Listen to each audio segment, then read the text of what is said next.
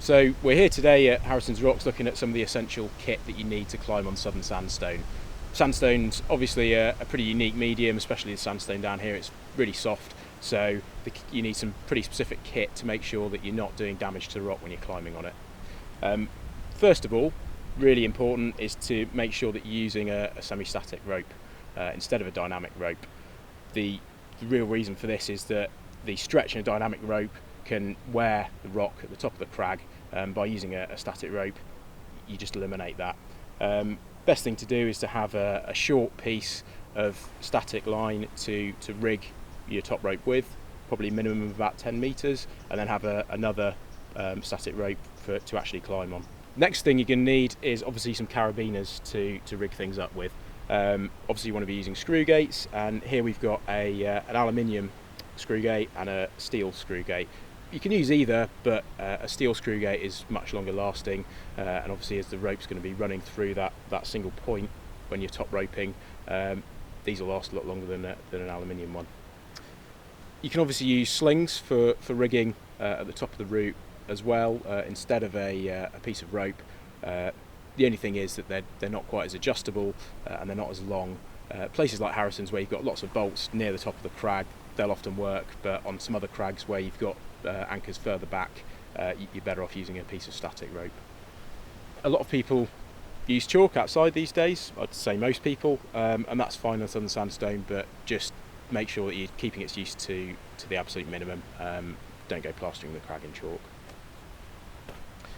So the other way you can really reduce your impact on the rock is by making sure that you've got clean feet. The best way to do this is by using some sort of mat to clean your feet before you step onto the rock. Any kind of bit of sand or dirt that's on the bottom is going to wear away at the holds that you're using, and eventually break through that hard surface skin. So you can use bits of carpet, you can use a beer mat, but probably the best thing to use is to bring a bouldering mat along if you've got one. It's great for cleaning your feet, and it also protects the soft base of the crag. So moving on from mats and cleaning your shoes, another really important thing is to make sure that you're using soft-soled shoes.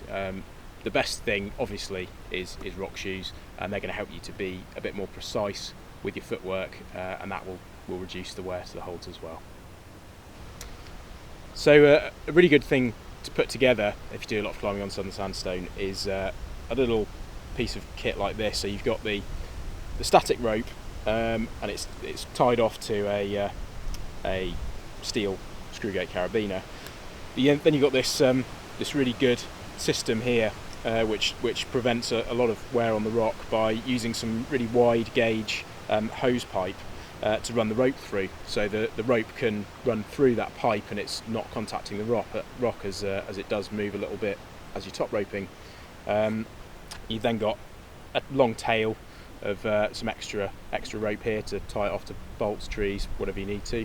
And you can't quite see, but the knot is protected by just an old kind of milk carton, something along those lines, as obviously the knot's going to get a lot of wear rubbing onto the rock, so that just sort of protects that. Pretty good little bit of kit.